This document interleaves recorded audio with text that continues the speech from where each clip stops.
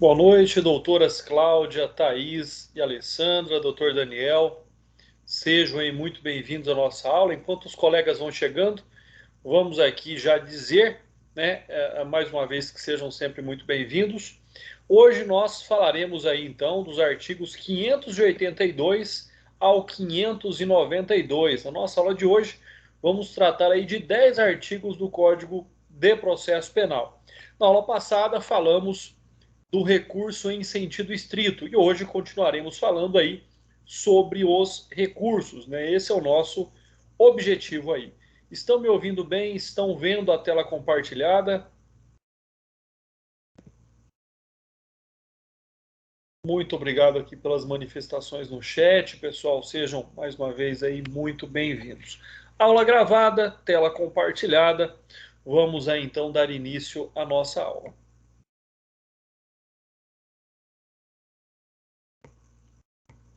O artigo 282, e daqui para frente vocês vão perceber algumas incoerências, né? Algumas situações que não correspondem mais aí ao nosso cotidiano, né? Boa noite também, doutora Geisiane, seja muito bem-vinda aqui à nossa aula.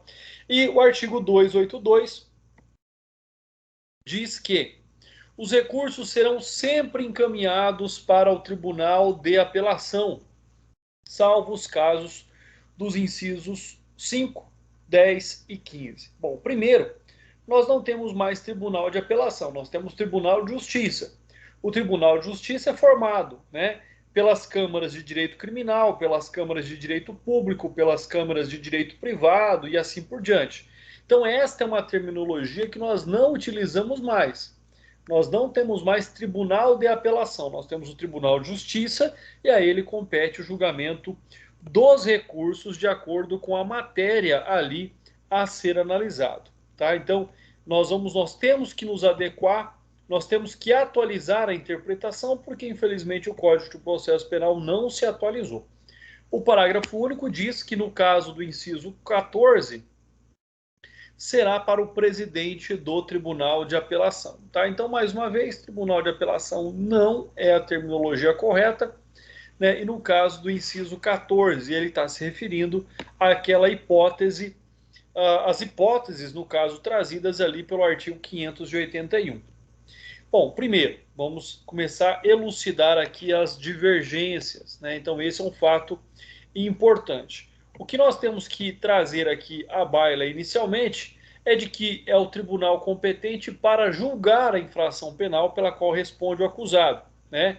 Pode ser tanto o Tribunal de Justiça, no âmbito da Justiça Estadual, como pode ser o Tribunal Regional Federal, o TRF, no caso de competência da Justiça Federal. Então, nós não temos mais o chamado Tribunal de Apelação. Nós temos o Tribunal de Justiça, no caso da esfera da Justiça Estadual, ou o Tribunal Regional Federal, no caso de julgamentos de crimes que tem competência a Justiça Estadual. E aí sim, nós temos algumas exceções, como o Tribunal Estadual ou o Tribunal Regional. Quais são as exceções a esses tribunais? Né? São aquelas previstas nos incisos 5 e 10.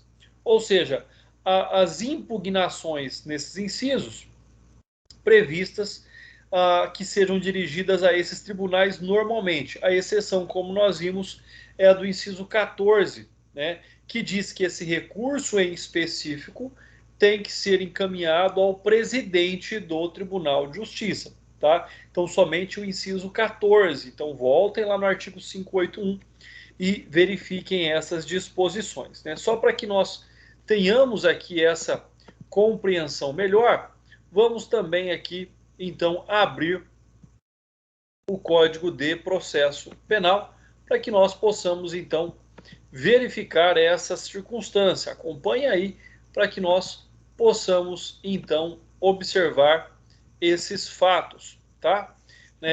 Quando nós aqui observamos o artigo 582, quando nós observamos aqui o artigo 581, que é o artigo que trata do rese, né, nós temos que nos estar aqui bastante atentos ao que dizem esses artigos. Então, o artigo 581, ele vai dizer o seguinte: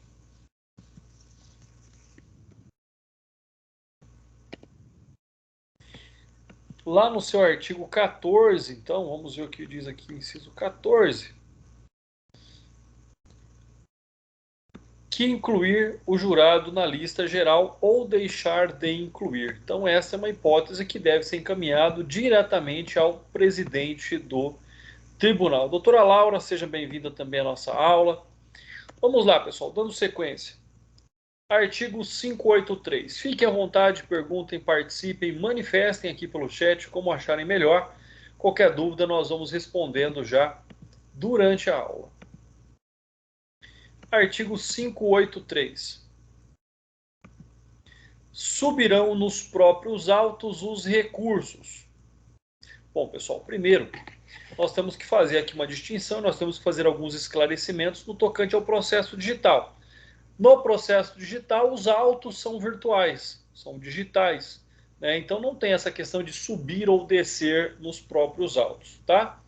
Quando interposto de ofício, e aí logicamente que isso acontece para os processos físicos, tá? Para os processos digitais, né, não tem essa questão da formação de autos. Nós temos os apensos, nós temos os processos que são conexos, mas nós não temos mais a questão a técnica da observação dos autos, tá? Nos casos dos incisos 1º, 3º, 4º, 6º, 8º e 10º do artigo 581, quando o recurso não prejudicar o andamento do processo, e o parágrafo único, o recurso da pronúncia subirá em traslado. O que é o traslado? O traslado era uma cópia, ou é ainda, dependendo do local e do processo, uma cópia que é feita do processo, e essa cópia ali juntado o recurso, que é encaminhado ao tribunal. Né? Quando havendo 2 ou mais réus, qualquer deles se conformar com a decisão, ou todos não tiverem sido ainda intimados da pronúncia. Então, logicamente, se houver ali o concurso de agentes, no termo do artigo 29 do Código Penal, algum dos réus quiser recorrer e os outros não, seria necessário, então, extrair aí o traslado, tirar cópias do processo, para que as cópias fossem encaminhadas ao tribunal e assim não houvesse nenhum prejuízo para o andamento do processo, tá? Importante é que vocês observem aquilo que diz o artigo 587. Olha só, vamos lá, vamos abrir o artigo 587 do Código de Processo Penal, para que nós possamos ver o que ele diz. Ele diz: quando o recurso houver de subir por instrumento, a parte indicará no respectivo termo ou requerimento avulso as peças dos autos que pretende traslado. Então, nem sempre existe ali o traslado completo do processo, né? De capa a capa, como se diz. Então, se for essa questão do recurso subir por instrumento, a parte é que tem que indicar quais são as peças que ela deseja que sejam trasladadas para que sejam encaminhadas ao tribunal. E o parágrafo único diz que o traslado será extraído, conferido e consertado no prazo de 5 dias, e dele constarão sempre a decisão recorrida, a certidão de sua intimação, e se por outra forma não for possível verificar-se a oportunidade do recurso, o termo também da interposição do mesmo. Então nós temos aí N hipóteses onde ocorre o traslado do feito, para que esse possa então ser encaminhado ao tribunal nos termos ainda daquilo que nos diz o Código de Processo Penal. No caso da pluralidade dos réus em caso de pronúncia, caso ocorra o recurso de um deles e não ocorra o recurso de outros, né, nós temos também aí a formação do traslado para que não impeça, né, já o início da execução da pena dos demais. Então, o recurso subirá por cópia do processo. Artigo 584. Os recursos terão efeito suspensivo nos casos de perda da fiança, de concessão do livramento condicional e dos incisos 15, 17 e 24 do artigo 581. Então, o que nós temos? Primeiro, já nos traz aqui uma certeza de que nem todo recurso tem efeito suspensivo. Lembrando sobre os efeitos dos recursos ou do duplo grau de jurisdição, nós temos o efeito suspensivo e o efeito devolutivo. O efeito devolutivo é automático, né? Devolve-se à instância superior aquele descontentamento por meio do recurso para que haja ali, então, o julgamento. Já o efeito suspensivo é a suspensão da execução da medida contra a qual se recorre.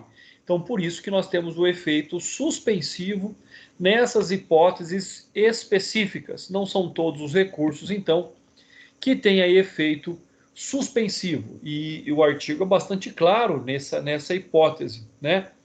Então, nós temos o efeito suspensivo automático no caso de perda da fiança, de concessão de livramento condicional, ou nas hipóteses dos incisos 15, 17, 24 do artigo 581. Parágrafo 1º. Ao recurso interposto de sentença de impronúncia, ou no caso do inciso 8º do artigo 581, aplica-se o disposto nos artigos 596 e 598. Veremos esses artigos mais adiante. Bom, vamos aí para o parágrafo 2º. O recurso da pronúncia suspenderá tão somente o julgamento, né? Lógico, porque os atos de preparação do julgamento eles vão continuar, tá? Então, nós temos ali a suspensão do julgamento e estamos falando, logicamente, por se tratar de uma sentença, de uma denúncia, de uma decisão de pronúncia, estamos falando do procedimento especial dos crimes dolosos contra a vida, ou seja, do procedimento do júri. Parágrafo 3º. O recurso do despacho que julgar quebrada a fiança suspenderá unicamente o efeito da perda da metade do seu valor. Então é importante também aqui observar que a suspensão, né, dos efeitos daquela decisão pode ser total ou pode ser específica com relação a algum ponto. Bom, primeiro nós precisamos compreender o que é que significa o efeito suspensivo. É a exceção, né, não a regra. Então, seja, o efeito suspensivo é a exceção, porque a regra é que os recursos não têm um efeito suspensivo, têm apenas o efeito devolutivo. Então, o recurso em sentido estrito não deve suspender o curso do feito. O recurso em sentido estrito, que via de regra é interposto contra decisões interlocutórias ou que não põem fim ou que não julgam o mérito do processo, via de regra tem somente efeito devolutivo, não efeito suspensivo. E nós temos as exceções. A primeira delas, conforme nós já vimos, a perda da fiança, a denegação ou julgamento de deserção da apelação. Então cabe também aí reze nessas hipóteses, né? E aqui nós temos sim o efeito suspensivo para essas duas hipóteses, a perda da fiança e a denegação ou julgamento de deserção do recurso de apelação. Então olha como é interessante. Se você cabe o recurso de apelação, você interpõe o recurso de apelação e ele não é aceito pela denegação ou pela deserção, cabe reze para que o recurso de apelação seja encaminhado ao tribunal, seja aceito e seja submetido ao duplo grau de jurisdição. Então, da denegação e do julgamento de deserção do recurso de apelação, cabe recurso em sentido estrito. Na sequência, impropriedade do termo. Pessoal, como muito comum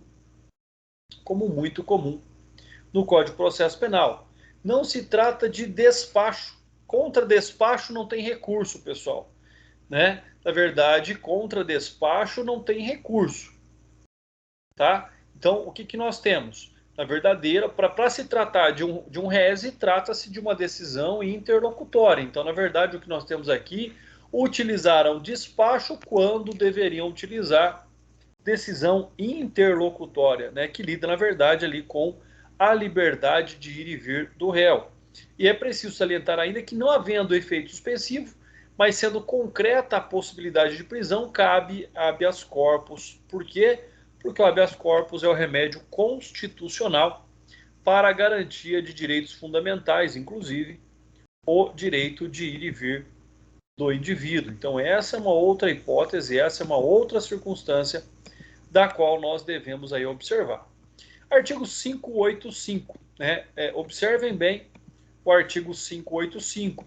Ele trata também de uma hipótese extremamente importante que nós temos sobre esse aspecto, né, que nós temos aí sobre esse fato. Quando nós analisamos, então, o artigo em comento, vamos observar que é extremamente importante, é extremamente necessário aqui que nós observemos as características que existem sobre essa análise. Então, ou seja, o artigo 585 diz: o réu não poderá recorrer da pronúncia senão depois de preso, salvo se prestar fiança nos casos em que a lei admitir. Então, o que nós temos? Primeiro, né, aqui nós temos a sentença de pronúncia, ou seja, aquela que encaminha o indivíduo para o julgamento em plenário do tribunal do júri. Tá? O réu não poderá recorrer da pronúncia senão depois de preso, salvo se prestar fiança nos casos em que a lei admitir. Mas ocorre o quê? Ocorre que pode haver a hipótese deste réu estar respondendo um processo solto, né, livre, seja porque não houve ali a presença dos requisitos da prisão preventiva ou da conversão da temporária em preventiva, ou simplesmente porque ele foi preso e conseguiu aí o habeas corpus para que pudesse responder o processo em liberdade, né? Então, este artigo 585 não é um artigo absoluto, tá? Não é um artigo absoluto. Não são todas as hipóteses, não são todos os casos em que, de fato, aí o réu deverá ser preso para que possa recorrer da pronúncia. Então, o artigo aí, analisem ele com a devida ressalva. E mais que isso, né? Prisão por pronúncia não é mais automática. No passado já até foi, né? Como eu disse para vocês, atualmente, para que a pessoa seja presa, para que ela seja privada da sua liberdade, precisam ali estar presentes os requisitos da prisão preventiva, ou seja, da prisão processual por tempo indeterminado, nos termos do artigo 312 do Código de Processo Penal, né? O que nós temos hoje é o disposto no artigo 413, parágrafo 3º. Então vamos lá, vamos aí acompanhar pelo Código de Processo Penal, 413, né, que nós temos aqui a ser analisado. O que o artigo 413 fala, principalmente no seu parágrafo 3º, né, com alteração do texto, com inclusão, melhor, do texto desse parágrafo 3º, na reforma de 2008.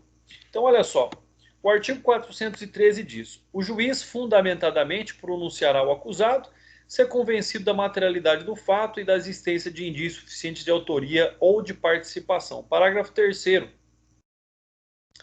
O juiz decidirá motivadamente no caso de manutenção, revogação ou substituição da prisão ou medida restritiva de liberdade anteriormente decretada, tratando-se de acusado solto, sobre a necessidade da decretação da prisão ou imposição de quaisquer das medidas previstas no título 9 do livro 1 deste Código. Então não é mais automático, conforme disse aí o artigo anterior. Então, como eu disse, observem esse artigo com uma dúvida. Né? Por quê? Porque, na verdade, na prática, não é mais assim que acontece. Artigo 586. O recurso voluntário poderá ser interposto no prazo de 5 dias. Parágrafo único. No caso do artigo 581, inciso 14, o prazo será de 20 dias. É específico porque trata lá dos jurados, né? Conta da data da publicação definitiva da lista dos jurados. Então, via de regra, o rese tem que ser interposto no prazo de 5 dias. Pessoal, tudo que nós estamos falando, né, todos os artigos aí posteriores ao artigo 581 até agora, tratam do rese, tá? Importante dizer. Os artigos posteriores ao artigo 581 tratam, vêm esclarecer, vêm trazer informações sobre o recurso em sentido estrito, tá? Ou no sentido estrito. Seja bem-vindo também, doutor Anderson, muito bem, muito obrigado pela presença também. E na sequência temos o que então? Qual que é a exceção à regra? Olha só.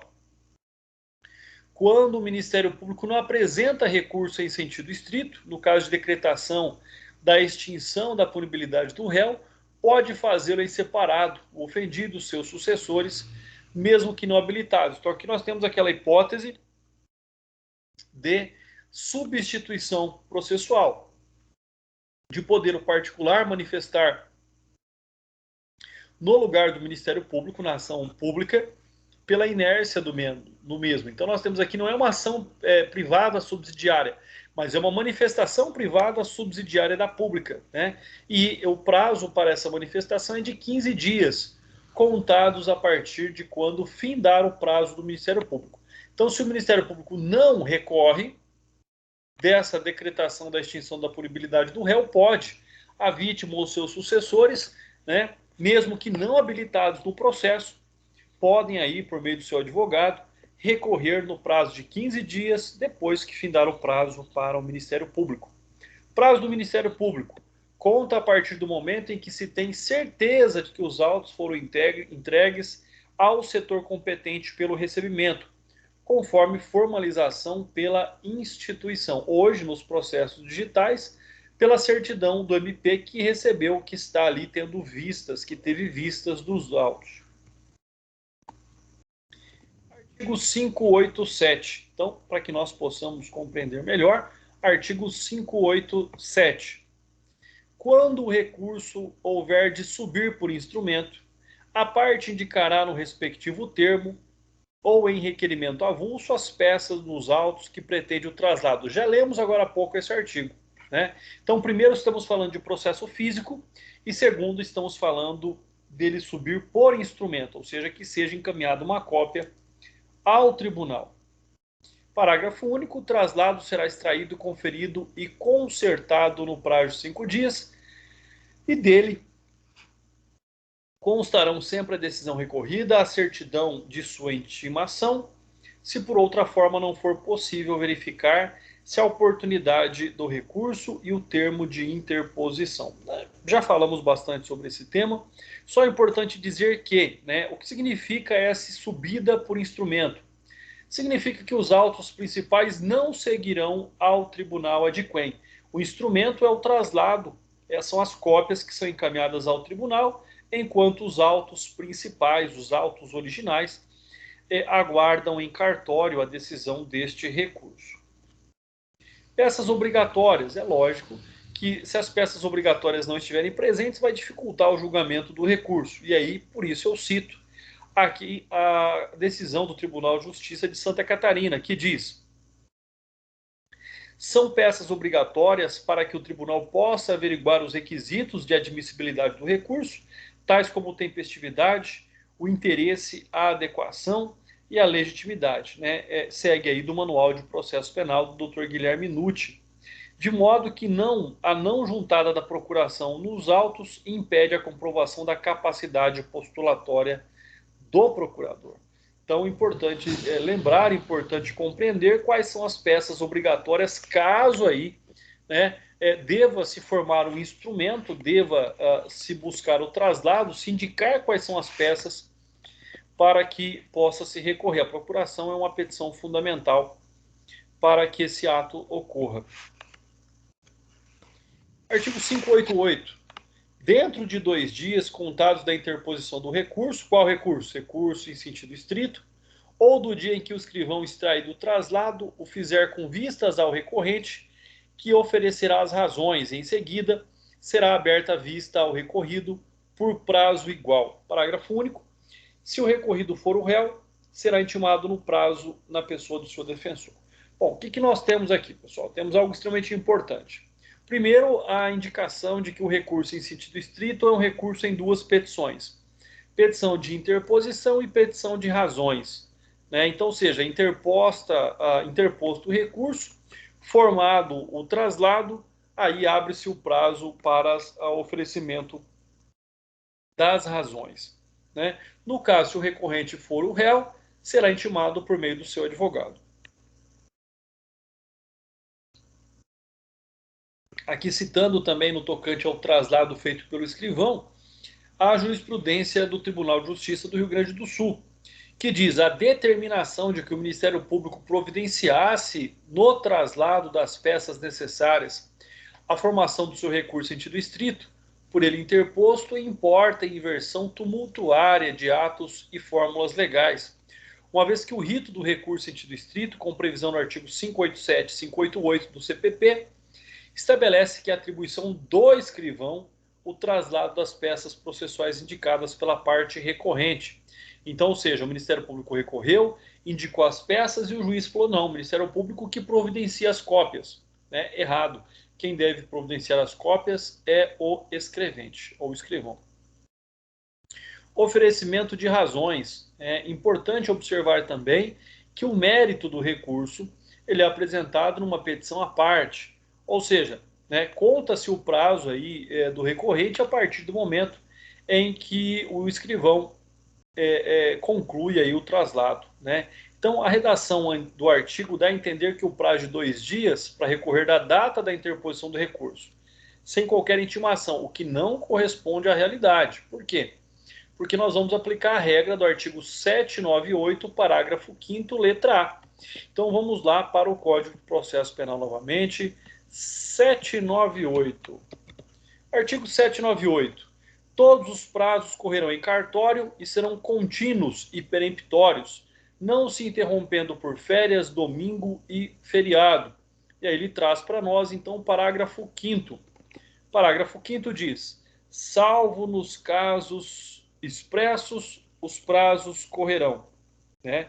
E aí nós temos a letra A. E a letra A diz da intimação. Então ele vai ser intimado e a partir dessa intimação, né, da formação do traslado pelo escrivão, é que começa o prazo para o oferecimento das razões. E o oferecimento das razões diz exatamente isso. Ou seja, esse prazo corre a partir deste momento. Intimação do defensor. Lógico, né, que como defensor, e é aquele que vai formular, que vai redigir o recurso, né, tanto pode, então, essa intimação do defensor ser feita pessoalmente, como também pela imprensa oficial. Se esse defensor atuar pelo convênio da Defensoria Pública, pela assistência judiciária ou de forma dativa, ele deve ser intimado pessoalmente. Se for um procurador particular, né, um advogado particular, deve ele, então, ou melhor dizendo, pode ele, então, ser intimado pela imprensa oficial. Né? Aqui no estado de São Paulo, eu sou associado da Associação dos Advogados do Estado de São Paulo, né? Então a AASP ela encaminha para nós todos os dias, né? Ou melhor dizendo, no dia anterior, até a partir agora das 11h30, meia-noite, eu já recebo as publicações dos andamentos dos processos em que eu atuo, que vão sair na imprensa oficial amanhã. Né? Gera um custo, isso não é um custo barato, mas gera também uma segurança jurídica de que você não vai perder aí o andamento dos seus processos. Para vocês terem uma ideia, a nossa anuidade aqui no estado de São Paulo da OAB é em torno de R$ 1.000 e a anuidade da ASP é em torno de R$ 1.000 também, é equivalente aí à anuidade da OAB. Né? Mas eu acho importante, eu acho que, como vocês bem sabem, perder prazo não é uma opção para advogado. Então nós temos que fazer de tudo aí para estarmos sempre atentos aos andamentos processuais. Artigo 589. Com a resposta do recorrido, então, ou seja, né, existe a interposição, existe a apresentação das razões e a parte contrária tem a oportunidade, tem a possibilidade de apresentar as contrarrazões. Né? Então é importante também que ela se manifeste contra aquele recurso interposto. Então, apresentada a resposta do recorrido, ou seja, as contrarrazões ao recurso em sentido estrito, né? É obrigado? Não, lógico que não é obrigado a apresentar as contrarrazões. Mas se elas forem apresentadas, melhor. Então, se forem apresentadas, bem. Se não forem, o processo será concluído ao juiz e dentro de 2 dias ele tem a oportunidade aqui para reformar a sua decisão. Então, no recurso, deve ser dada a oportunidade da retratação do magistrado quanto à sua decisão. Então, em 2 dias ele reforma ou sustenta ali o seu despacho, a sua decisão interlocutória, né? Despacho, já falamos que é um termo inadequado. E manda instruir o recurso com o translado, com a cópia, e encaminha ao tribunal. Né? Se o juiz reformar a sua decisão interlocutória, né, já que falamos que despacho não é um termo correto, A parte contrária, por simples petição, poderá recorrer da nova decisão, né, que couber recurso, não sendo mais lícito ao juiz modificá-la. O juiz pode voltar atrás uma vez, mas depois que ele voltou, aí a parte contrária, que agora não está mais contente com essa decisão interlocutória, também pode recorrer aí dessa decisão nos próprios autos. Espero que vocês tenham entendido, pessoal. Então, o que nós temos? Tem petição de interposição do recurso, intimação da parte contrária, apresentação das contrarrazões. O juiz recebe essas petições, no prazo de 2 dias pode se retratar, ou seja, pode voltar atrás da sua decisão.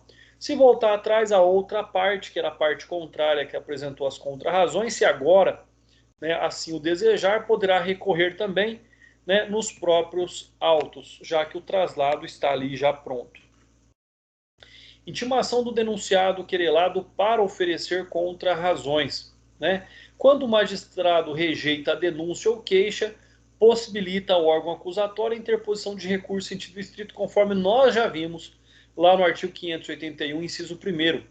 Ainda não existe ação penal ajuizada, motivo pelo qual o eventual acusado não foi chamado a integrar a relação processual. Não deveria, em tese, portanto, responder ao recurso, pois nem faz parte do processo. Mas, em razão da ampla defesa, que é um direito constitucional, né, previsto no artigo 5º, aliás, o recebimento ou a rejeição da peça acusatória é de seu legítimo interesse.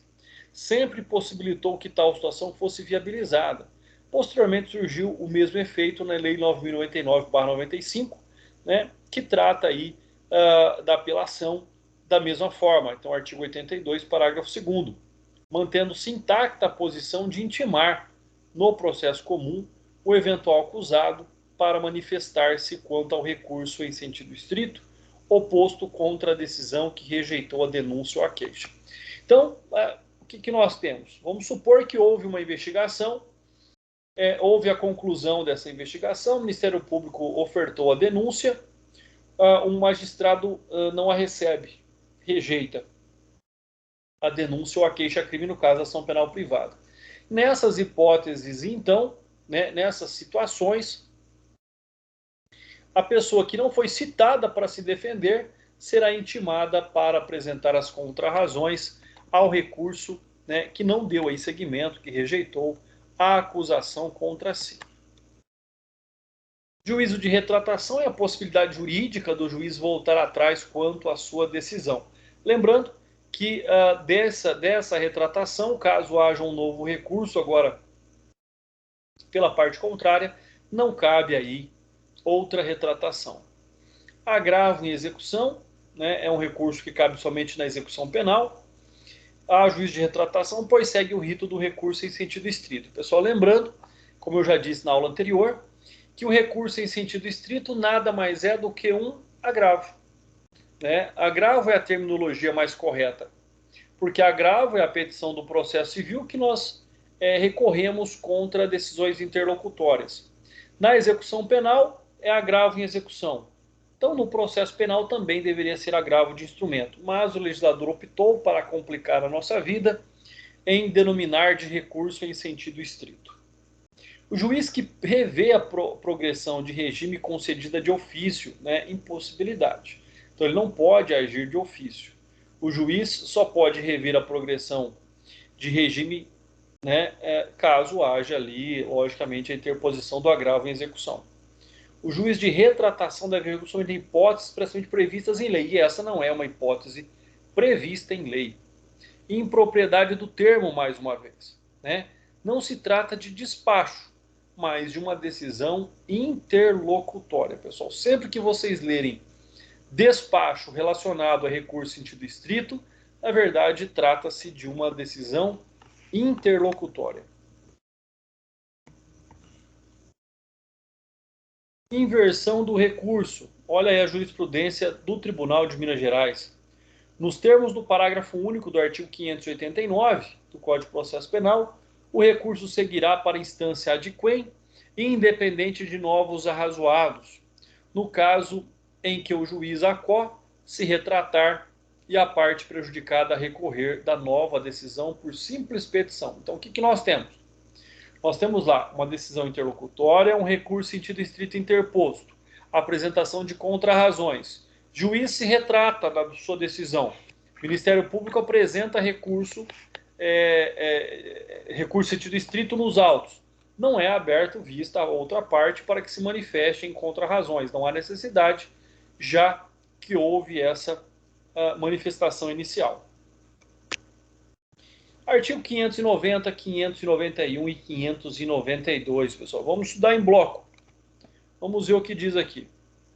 Diz o seguinte: quando for impossível ao escrivão extrair o traslado no prazo da lei, poderá o juiz prorrogá-lo até o dobro. Artigo 591. Os recursos serão apresentados ao juiz ou tribunal dentro de 5 dias da publicação da resposta do juiz à cor ou entregues ao correio dentro do mesmo prazo. Artigo 592. Estão vendo que aqui é questão de procedimento, tá? Não é de processo. Publicada a decisão do juiz ou do tribunal, deverão os autos ser devolvidos dentro de 5 dias ao juiz à cor. Então, no mesmo prazo que sobe é o prazo que tem que descer. É isso que está dizendo. Prazo de 5 dias. Pessoal, mais uma vez, aqui é procedimento, tá? Não é ato processual.